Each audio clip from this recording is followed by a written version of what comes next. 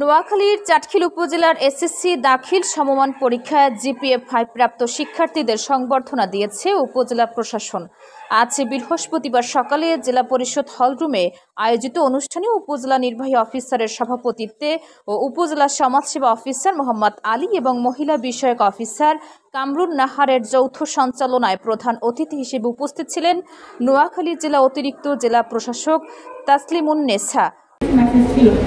তো আমি নিজেও আজকে বেশ আনন্দিত এবং গর্বিত অনুভব করছি যে এত চমৎকার কিছু উজ্জ্বল তারকাদের ঘিরে আমি ওনাদেরকে সম্মানিত করার অনুষ্ঠানে আমি নিজে উপস্থিত থাকতে পেরেছি। আমি নিজে বেশ সম্মানিত অনুভব করছি।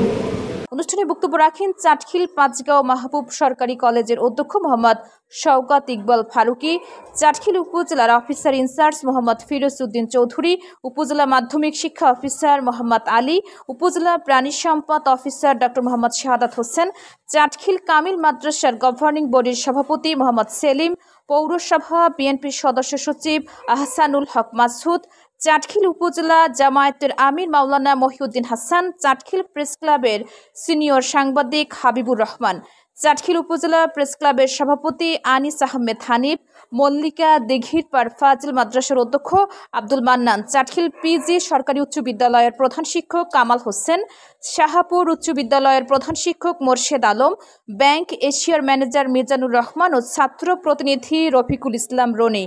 বক্তারা শিক্ষার্থীদের ভবিষ্যতের সফলতা কামনা করে নানা বিষয়ে আলোচনা তুলে ধরেন। এছাড়াও চাটখিল উপজেলায় শিক্ষার গুণগত মান কিভাবে বাড়ানো যাবে সে বিষয়ে নানা রকমের পরামর্শ প্রদান করেন। শিক্ষার্থীদের মাঝে অনুভূতি শেয়ার করেন লাইলা সুলতানা ও সাদমান শামিদ।